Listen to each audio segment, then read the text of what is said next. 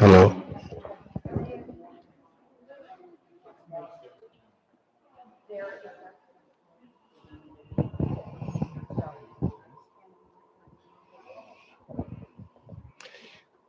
Are we ready? Okay. Hello, good afternoon. How are you? My name is Jesus from Mayor. Can you hear me? Yeah? Okay. Sometimes some people think it's better without a microphone because maybe the echo is. It's good. Okay. So I am the curator of the exhibition, and we are here today to have a conversation with Glexis Novoa. Glexis is one of the artists in the exhibition. He is the author of the works that we have behind us.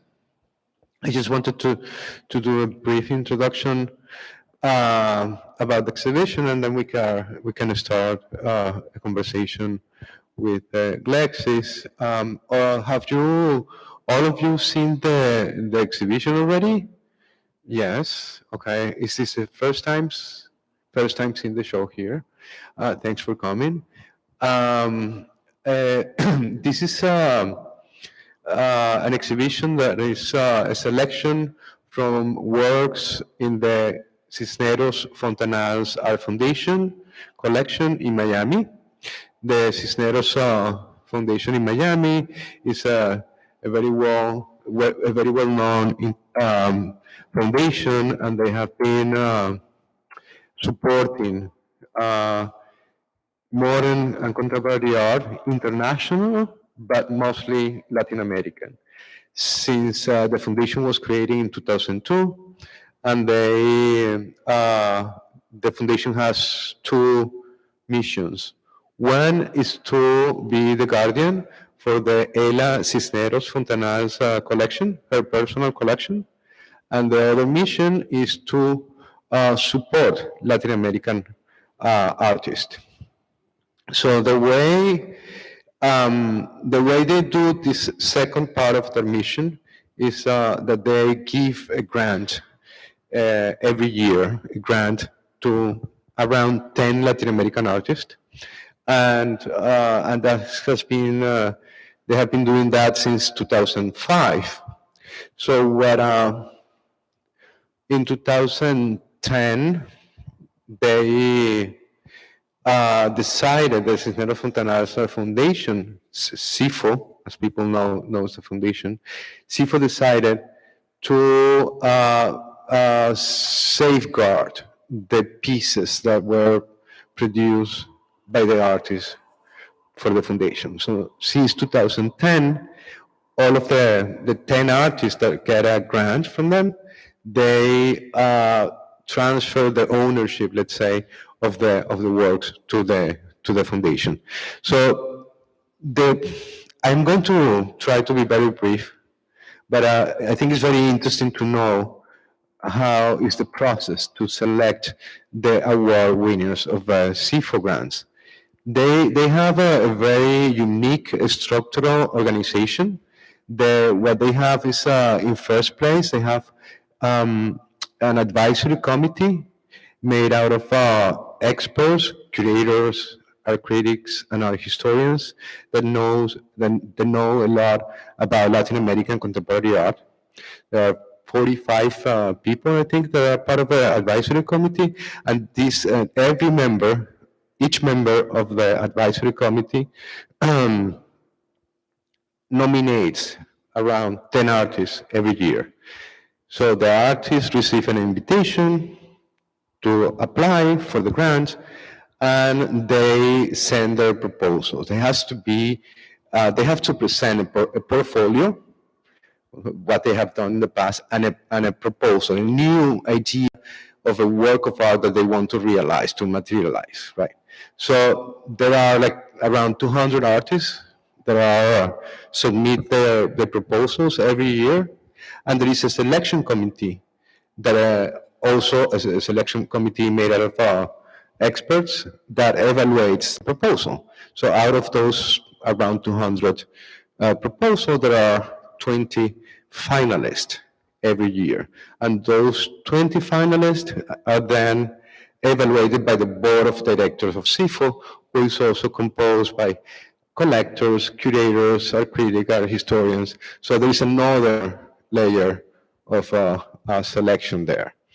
So I wanted to say that so that you can see that this is a very rigorous process, and in a way, what we are dealing here at the end of that process is with a group of works that are already that has already been sanctioned or legitimized by these experts that are evaluating and are following the entire process for the artist to apply.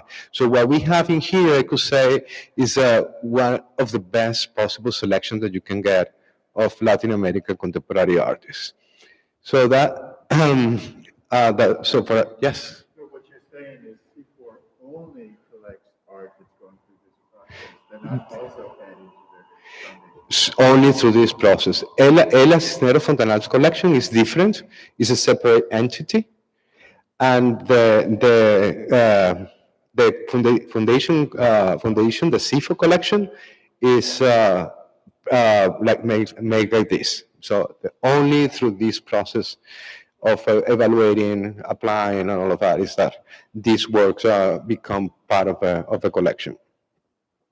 So I think it's this exhibition in particular. I think it's very interesting for understanding what is happening or what has been happening in the last 10 years in Latin American art, in Latin American contemporary art. You know that these are the artists that are having the opportunity to show their work, to have more visibility. They have a career. They are being supported by curators, museums, and other institutions in their countries. So it gives you an idea of what Latin American art looks like now.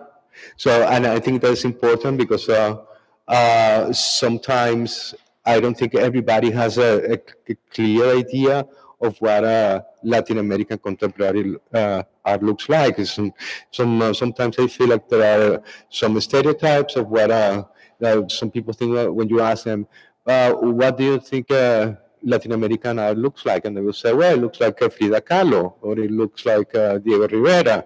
And there are many other things happening there, and that's the reason why I decided to focus in the exhibition in diversity, in plurality. That's why the title of the show is Plural Domains, is because the diversity of Latin America is huge. So it's very difficult. So very different. Somebody an artist working in Tijuana than an artist working in Patagonia, right? You have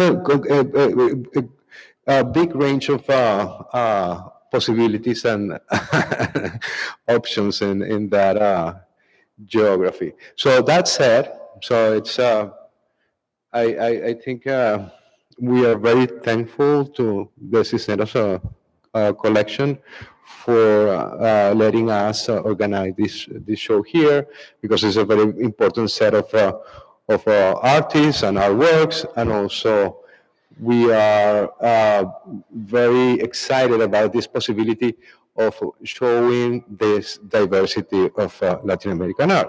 So now the reason why we're here today is because Glexis Novoa was invited by the School of the Arts and Art History of the University of Florida to give a lecture. He gave a lecture yesterday.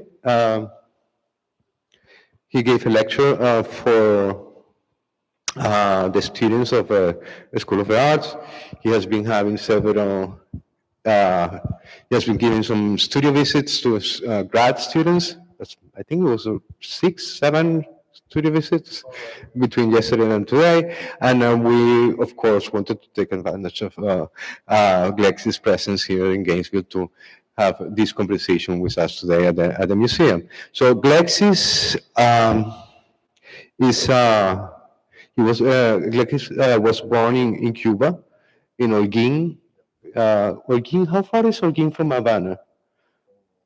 Kilometers is like No, what in time? in time, like it's like 24 hours driving. A 24-hour drive from La Habana to Holguin, so it's a province town, Yes. uh, away from the metropolis, from the from Havana, and so but you moved to Havana when you were a little kid, no? Yes, exactly. 5 years old, something like that. Like all important people, Moved to La Habana. no, that are in Havana coming from Holguin. That's what happened. The important people in La Habana are from Holguin. Okay, Yeah. I didn't know that. Including Fidel Castro. So Fidel Castro's from Holguin. yeah, Oh, very important people. yeah. Okay. Anyway, So just Glexis studied there. He went to the art school, to the San Alejandro Academy and School of Art. the National School of Arts. Mm. And after graduating, or at the end of his, when he was still a student, he started being an important member of the avant-garde scene in La Habana in the 1980s. He's well in Cuba. They call the Volumen Uno, the Volume One generation. There was an exhibition. There was a series of exhibition, Volume One, Volume Two, Volume Three. I don't know. I think they only did Yeah, three of them, no? yeah, three editions of Volumen Uno. Volume One, and that exhibition was able to bring together the most radical artists working in Cuba, which was a very important moment for Cuban art because, as you may already know, since the years that the revolution was installed in Cuba in the late 1950s, 1960s, there was also like a cultural revolution. So this idea that we have in of from a Western point of view of what an artist should do, it didn't apply for the revolution. So they wanted to they focus in artists that were promoting um, stimulating artists to do a more political type of art. So they do a lot of posters and image propaganda for the communist parties and all of that. So and that was from the 60s, 70s, and well into the 80s. Most artists in Cuba were doing propaganda for the party or social released type of art, like in Russia or East Germany.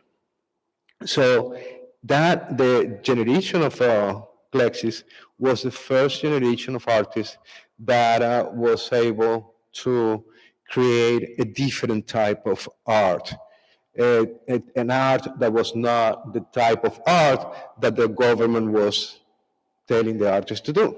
So they were like the first rebels, let's say. And the data was a very important movement. They did shows everywhere. They did shows here in the U.S., in Germany, in Europe about this group of artists. There were like 10 or 12 of them, and Glexis was one of the main figures in that scene. Then you decided to move to Mexico, right? In the late 80s or early 90s? Early 90s. Early 90s. And then he did a career in Mexico. He did very well also there. There was another group of Cuban artists that went there, and they were very well known all through Latin America and including the US too at that time. And then you decided you were teaching part of the time in Mexico, I teach no? in Mexico. You were teaching there? Monterrey, Mexico. Which was Monterrey. at the Monterrey Institute, Mhm. And then you moved to Miami Yeah, in 95. in '95. So so he has been a U.S. citizen since a while ago, and he has been living here in this country for the last 30, Since 95. nine, It's like, 26, is that? yeah, exactly. 26 years ago. 26 years. So the work that we are looking here is connected to this idea of um, reviewing the symbolic uh, meaning of certain icons. So if you in this case, this is a set of work that he did in relation uh, um, to a performance that was a collaboration between Glexis and John Bergren. John Beauregard. Beauregard. Beauregard. Okay, John Beauregard. that's the dancer, and this dancer. You're not seeing the dancer here because this is the what was left after the performance. So what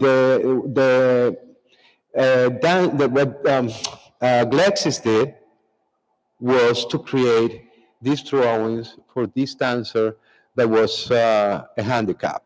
He was doing he's a dancer that lost the ability to walk, and he moved in a wheelchair, and he does his performance in the wheelchair. So what Glexis did was create this installation inside of the gallery space of CIFO in Miami, and there was it was like in a stage for John, and it has several components. But the main component of the installation was were these drawings. If you go, if after we finish this conversation, you can come closer. You can see that this is a piece of wall that has been cut from the original placement of the drawings at the CIFO space. So it's that we cut literally the wall and then frame them as as drawings. So what was important for Glexis was the location. One of the main elements of this piece is the location of the drawings. The drawings were placed according to the type of movement that John, as a performer, can do from his wheelchair. So John was this. It was a big space. That space is like it was Like this. all of this gallery, more or less, Yeah, right? about So this. there was a house that was built inside of the space, and there's, all of these drawings were located at different heights in the space. So one was very low, so John will get out of his wheelchair and just go to the to the Yeah. piece, arrastrándose por el piso, Yeah, like crawling. rolling on the floor, right? Or there are some others that were like at this height, so he could see the pieces from his wheelchair and interact with the drawings.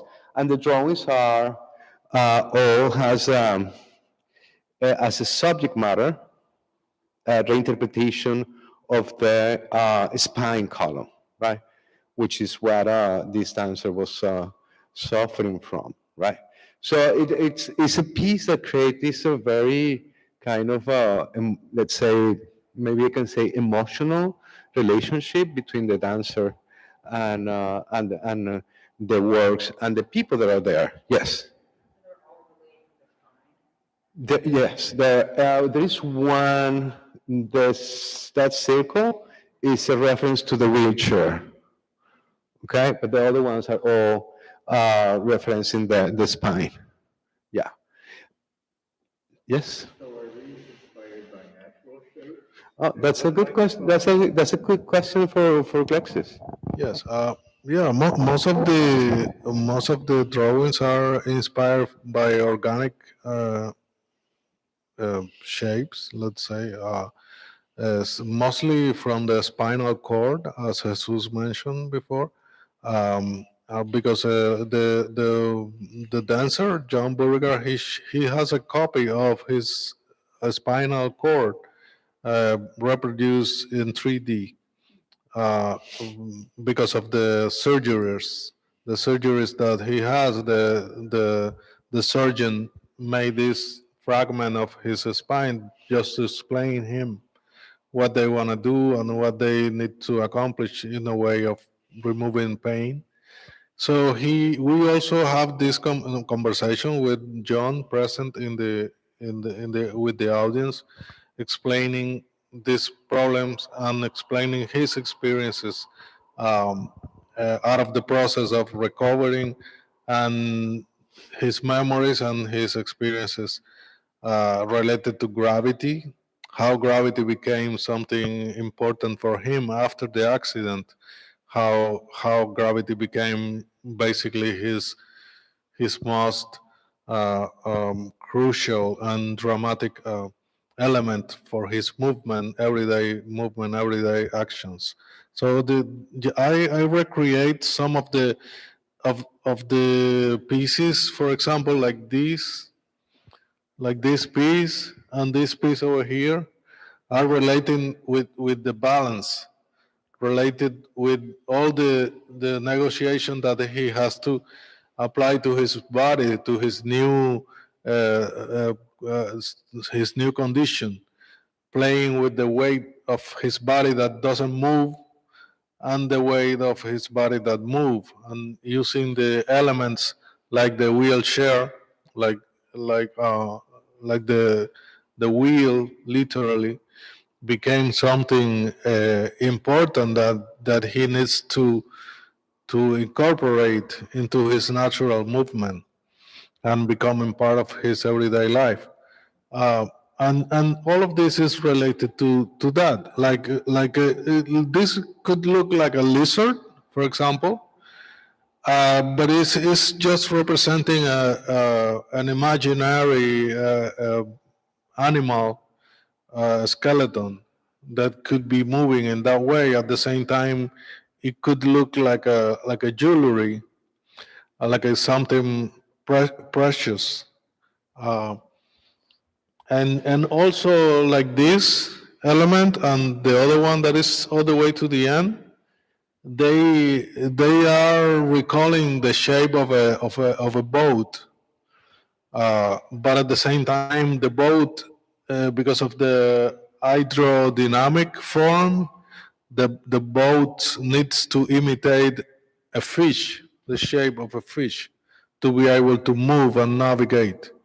So by natural intuition, all is related. Uh, and John is also a boater. He has a boat. He work on his boat and he crawl all the way to his boat and he go all the way to the engine, and this is such a brave man. He went out to the ocean, and you have to help him to drop him in the water, but in the water he'll feel a lot of relief when he's in the water. It's an important element because all the spine just relax the weight of his body, and so he feels again in a media in an environment that he feels capable. And John is a very tall guy, very tall guy. He just to be a very a construction manager for his own company, and he studied graphic design, engineer design. He's originally from Colorado. Uh, Very special character and very brave man. That is, I mean, he recovered from that accident during his work, and he became dancer, which is something completely different at his previous life, his previous way of life, his previous profession, and now he's deep into the dance and understanding the dance, expressing himself with the dance, and even collaborating with a lot of dancers, with me and actors. It's a it's an amazing experience for me. How do Yes. you? So, do you discuss these images with you and choreograph the dance to go with these specific images in advance? Yes. The space, which is something that is not here, this could be like an archaeology of the original piece. The original piece was the space and a platform. That the platform that you mentioned before, it was a platform with a ramp that was designed by him and me together. He suggests me that he wanted to play with the gravity, so there was a ramp where he can crawl all the way to the top of these mattresses. We put two mattresses in two different levels, like two steps, so he can move from the chair to the cooler, a regular cooler that he used to move to transport himself to sorry. He transit from the wheelchair to the cooler and then to the toilet or to the bath tub or to the mattresses in his house. So we incorporate that tool that he already have it, and we have like two different coolers on the installation just to use it as a prop. And then he moved from himself to the mattresses, and then from one mattress to the other that was higher, and then from this height he just sliced down all the way down to the floor. And that moment was something that he was aiming to have the experience of just slice himself all the way down. And that was really a moment, a very special moment during the performance. He also wanted to sit to crawl all the way to the top of the mattresses and put two coolers and make me help him to bring him pretty much put it on top of the two cooler just for him to see the space from the tall place, from the heights, because he was all the time, on the chair. So we have like a very special moment during the process of this performance. Yes. So, how does his choreography relate to the drawings that you've done? It sounds like he's going through actions on the platform. Did he ever dance specific to these individual pieces? Yes, exactly. Yes. He danced with the chair, and then he went to, and he got closer to the drawings. That was as Jesus mentioned, in different heights. And he went to the drawing and he contemplated the drawing. Mostly is what he did, and maybe played some movement. And then he went to the other drawing that was in different places of in different locations in the space. So in that way, he created his own pattern of going from one place to another, and then interacting with the public. The public needs to allow him to pass by or just stay on the place and let him go when he went. And so in one case, this little one, this little drawing was all the way down to the black line, where the black line is. It was all the way to down to the floor, and he came out of the chair and he crawled just to get there closer and stay there for a while, looking at the contemplating this, because this on the bottom has like an eye, and it was a kind of a contemplation but kind of a dialogue, looking the drawing that was. This is the one that was lower. No, it was No, this one. this This one. one. Yeah, this one. Yeah, this is basically the baseboard height. So it was very close to the bottom. There were many people seeing the performance. I was there, and even though if you uh, tend to imagine that a performer without the ability to move his leg will be painful to see.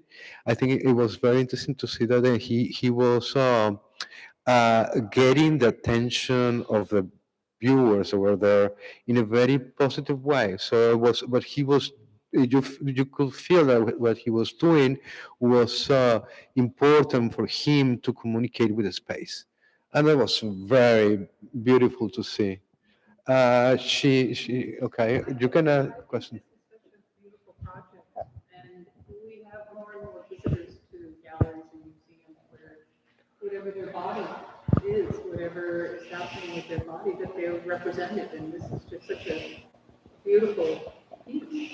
But I Thank have you. a question, is, did you film any of his performance of this that we could look at it on YouTube? Yes, yes, yes. Or because I think would also be such an enhancement is to have that in here with the actual drawing, see the Probably. correlation, Yes. because it's very powerful.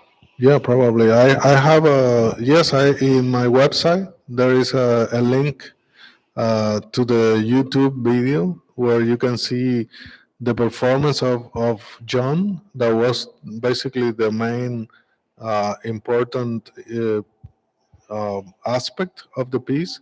And then I also invite other dancers and Alexander technician, Masuj people, theater actors. I invite a blind actor who navigate on the space and who use the space, the ramp and the elements, just blind, completely blind.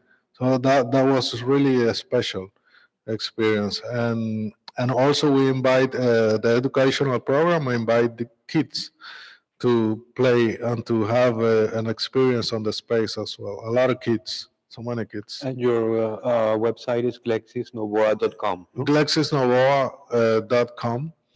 Yeah, you can find the information there, and yeah, you can navigate. Then on the website, you can see under drawing, site specific drawings. No, a drawing and spaces. You will find this piece. Yes. And you have a question too? Just For me or piggybacking for? on what you were saying, Uh-huh. just I'm so struck by the incredible physical output of energy for someone who is not able to use their legs to become a dancer. I mean, that is just phenomenal. I have a sister who is disabled, and to travel with her, to be with her, she is at once invisible and highly visible. So I like what you're saying about here he is on the stage, being seen in a way Mm-hmm. that is so different than he's probably seen if he were on the subway or going down the sidewalk. But just to be this incredible athlete, this just such an accomplishment, physical feat that we can only marvel at. So I'm really just, and then hearing you talk about him as a sailor, I mean, that is such a brave thing. For I, I, I am intimidated by the ocean, but to then, be, limited in, I don't know, in your ability to, he's figured out how to make it work. And then the beauty of being able to float in the water and find relief in that. It's a beautiful story, all of it. I love just, the different aspects, kind of this, this, I don't know, he's risen above in so many ways, but it's obviously taken so much physical effort and really transforming himself. It's just a beautiful story. Yes, it's such a character himself and such a willpower of his own person. There is something interesting that I will say. For example, in contemporary dance, when there are some several companies that has handicapped people. In contemporary dance, to me, is pretty much the avant-garde of conceptual dance, because dancing is all about the shape of the body and the possibilities and the skills of the body of moving and representing beauty through the body. So somebody who is has an impediment and who has limitations on his body, to be able to express ideas and to create is kind of the equivalent of conceptual art in the visual art to me. It's something that is not about the beauty, it's not on the form, it's not on the perfection of the body. The beauty is in all of that power and all of that language that the artist developed to be able to express himself, the ideas, you know. Sorry, sorry. Interested in how his performance around these works changed your perception of the pieces. Mhm. Good question. Um, the work. This is only one piece of what of a body of work that I'm developing related to spaces. Um, I'm using the drawings like a pretext to induce the viewer to pay attention to the space. Sometimes, if you think on a space like this, totally white, and those are the only drawings on the space, it's basically you have to, as a viewer, you have to, I induce you to look at the space, because the space, it will be basically empty. So I'm inducing the viewer to participate with his own identification with the space and his own relationship with the space. He needs to decide where to go and look first, here, there, or just staying here and look around. Or some people, they don't pay enough attention and they just go and they pass by and they ignore the drawing because sometimes they miss the drawings. So it's a process that I like to create communication with the viewers and in between the viewers, because when you have more than one viewer in the room, sometimes they coincide looking at the same drawing and they are very little, so they need to get closer each other. Before COVID, they need to get closer to each other to look the same drawing, and maybe they start looking at each other eyes, and they create eye contact, and they can create potentially a conversation. They could interact in between them. So this is how I incorporate the ephemeral part of my installations, that are not only about the drawing, it's all the opposite, is related to what happened on the space. I am interested in what happened on the space and how the space became important and not the objects. When we enter to a museum, we're looking for objects. We're looking for things on the walls, things on the floor, sculptures. We're looking for that. When we don't look it for the space, we don't look it for our own interactions on the space. So that's what I induce you to experiment with my work. This is basically a pretext to start conversations, to start an investigation on the space, to wake your curiosity. After you saw the second drawing, you want to see the third drawing, maybe, to see what's going on, to see if you complete your narrative, because it's a symbolic narrative that you can have and complete at the end. And sometimes, I mean, in this case, it's very abstract, but other time I do landscapes. So the landscapes also has a lot of symbols in the landscape, in the silhouettes of the landscape, urban landscapes. Sometimes you recognize cities, sometimes you recognize statues, landmark icons, and it's like a narrative of landscapes. And but at the same time, the space became a landscape as well when you start moving around and investigating the space. So the piece is not the drawing. The piece really is the space and what happened on the space. This is kind of like the archaeology of what happened at that moment in the specific space. So Yeah. I think in your work, there are, for me, like three key elements. Is a icon, iconography. In this case, you did an iconography of John's spine, of a spine of a dancer that is that move in a wheelchair, or you sometimes it creates an iconography that is about the architectural monuments, like you can see sometimes the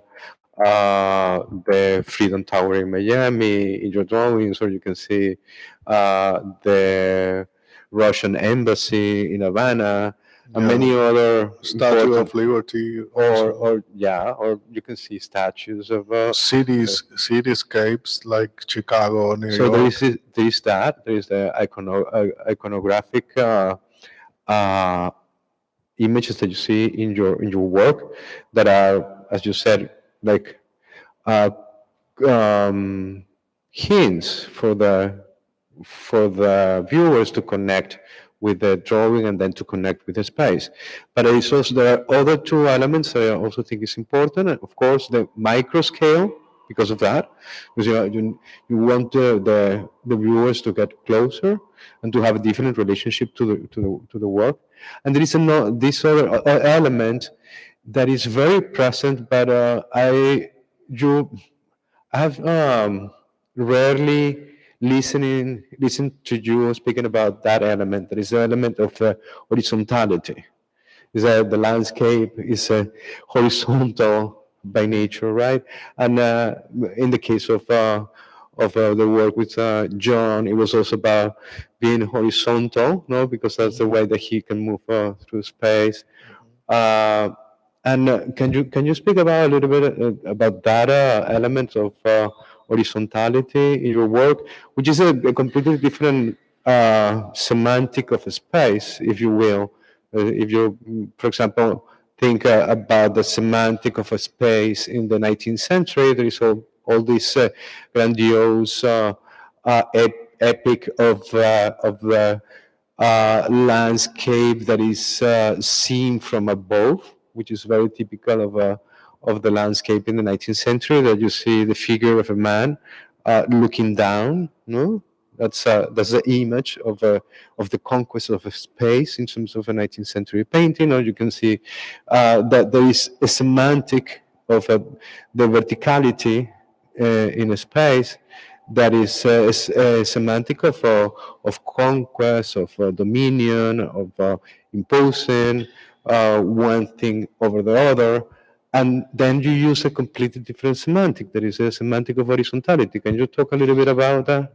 The origin is curious to me. Even to me, it's very curious. The origin of this horizontality is coming from the idea of this man alone on the middle of the ocean with the water just by your neck. So this is basically the lowest you can get into the horizon. So the horizon is just eye level.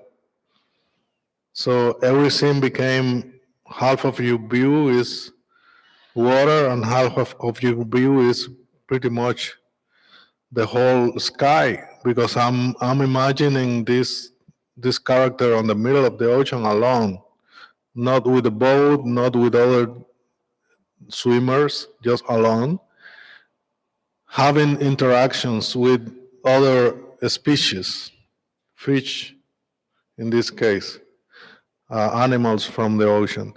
So from that idea, I start developing the idea of the horizon line and the landscape that is far away, because it's a character that is not on the shore, it's far away on the middle of the ocean. It's a character that is moving from one end to the other. So that's why he's on the middle of the ocean. He's leaving a shore and going to another shore. Could be an immigrant, could be related to the rafters that left Cuba. But to me, it's more like a character, more like an intimate alter ego that is related to my own connection with the ocean, with the animals in the ocean, just relating by eye contact, not talking, not speaking, not listening to, just looking at the animal, same way the animal communicate with you and look at you. This was my investigation at that moment. How you can contact, just eye contact, and just like intuitive body language in between the animals and the character, the human. So, and then I was involved in that investigation, like this metaphoric character that I created in my drawings, and then I went to the landscape that was very. It was like a silhouette, very little silhouette on the horizon line, and then from this horizon line, I went to the wall, and then I extended drawing all around 360 degrees in the gallery, and then I create kind of a maquette of my fantasy of this character swimming on the middle of the ocean, and the space of the gallery became a horizon line, 360-degree horizon line, and then you can move like you can swim from one end to another. But it's coming from that. It's coming from that idea from the ocean. Many of my symbols are related to the ocean because they are, if you can see, they are not. They looks like they flying, but they are not really flying. They are floating. To me, they are floating because my connection, my personal connection, is with the ocean. So is after that the investigation it was related to so many other concepts related to design, to architecture, and to the dynamic that every space has. Because the drawings I do the drawings not only for galleries or for museums. I do the drawings. I have done drawings in bathrooms. I have done drawings on the wall in a ruin building with homeless people living there, incorporating all of that life, all of these contextual influences, with vines crawling to the wall and everything. You know, the vegetation participating, the animals having the nest on the wall. Accepting all of that into the idea of this horizontality or horizon line that define, the horizon define a context that you can move from one point to the other and create this these routes and or these pathways. I feel like it's also like a reminder that we are human beings and that we are sitting in a standing in a common ground in a way, no? So it's yeah, it's more like instead of a space for a unique, like a grandiose experience, is a space for to share, no? That's what horizontality is also. Yeah, and it's also concentrated at eye level. So it's reminding you your height, your natural height. Sometimes when I go to places where people are smaller, I lower the eye level to a little bit lower to the regular height that I use. That is an eye level in museums is like 60 inches. Sometimes I lower 2 inches when I go to countries where people are smaller, regularly smaller. And sometimes for kids, I have done eye level for kids. In the library, I did a permanent drawing in the library, public library. So the drawing was lower for kids and with a glass on front for them to be able to touch. Because I think my work, this type of work, as you mentioned, of this quality of reminding you that you are a human. I also intending to induce to the experience of meditation or either reflection on the space. Silence, emptiness. It will induce you to look into yourself or to have this reflection, and then you intuitively you think about your human condition. So this is basically yeah, the main experience that I am aiming and looking for. We have a couple of more minutes if you want to ask a question. If not, I can ask you another question. Okay.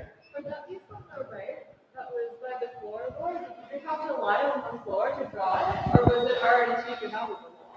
Yeah, that's a good question. Were you lying on the floor when you draw Yes, that? yes. I lie on the floor. Uh-huh. Yeah, yeah. I stay there. Yeah, yeah. Sometime. Yeah, So you yes. also had to contort yourself to draw those. Right. He was Yeah, I need to. placed in Yeah, the found. position of a, yeah.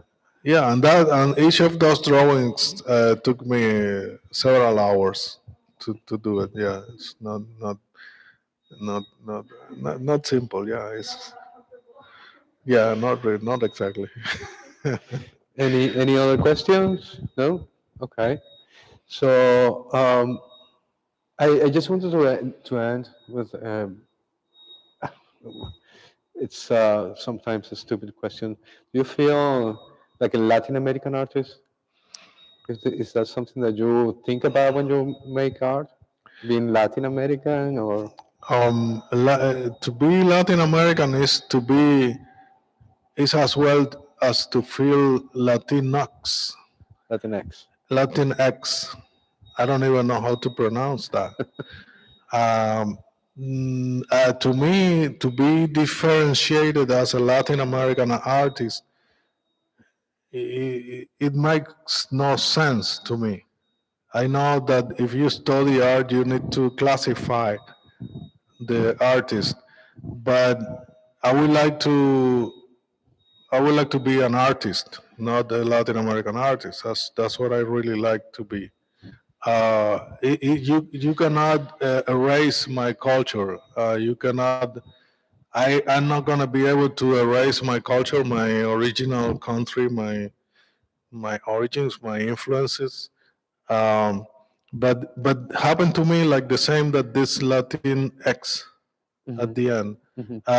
Nobody has count on us to call us Latin X. Hmm. Has been only an scholars Hmm. that decided intellectually Hmm. that they will call us Latin X, Hmm. Latin X, or whatever it Hmm. is. I can be there. There must be many reasons, and I agree that I prefer to call people with this X at the end to not to classify in sexes or sexual preferences. It makes sense, but to classify me as a Latin X, I don't found any. It's not meaningful to me Hmm. when other artists are considered American artists and they are not American artists. They are Polish descendant, Hmm. German descendant, French descendant, and they are called American artists. I want to be American artist. That's what I wish the world change, and the world has that kind of vision. And the universities call us American artists because the Polish artist that has born in Poland and moved to the U.S. and became American citizens, they are called American artists. They are not called Polish or Central European artists. So I think that I believe because I learned from my influences are Europeans. My most desirable art is European, and I'm a Cuban. But I'm producing art in America in an American way because plywood, drywall is an American way of use material and or pretend and use a space.